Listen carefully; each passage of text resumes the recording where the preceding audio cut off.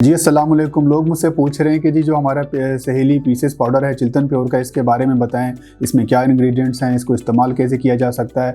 जहाँ तक बात है इंग्रेडिएंट्स की, इसके अंदर हमने नट्स डाले हैं, इसके अंदर सीड्स हैं। सीड्स में जिस तरह पम्पकिन सीड है, चिया सीड है, सीसम सीड है। इसके अलावा नट्स की जहाँ तक बात है, इसमें आलमंड है, इसमें काजू है, और भी बहुत सारी चीज़ें, जैसे मुरिंगा भी हमने इसमें ऐड किया है, किनवा इसके अंदर ऐड किया है, स्पिनिच वो इसके अंदर ऐड है। तो ये सारी इंग्रेडिएंट्स है जो कि ख़वातीन में जब पीरियड्स के प्रॉब्लम होते हैं, जब उनका मूड स्विंग का प्रॉब्लम होता है, उनको या डायरिया हो जाता है, इस तरह के प्रॉब्लम क्रिएट होते हैं, तो उसके लिए बहुत ही इफेक्टिव पाउडर है।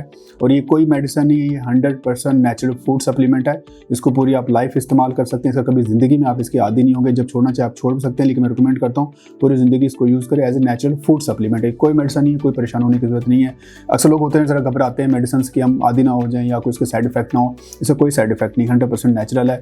इसका इस तरीके का इस्तेमाल ये है कि इसको पानी में मिक्स करके आप इसको यूज़ कर सकते हैं। 1 चम्मच आप इसको डेली यूज़ कर लें, दिन में 2 दफ़ा भी इस्तेमाल कर सकते हैं।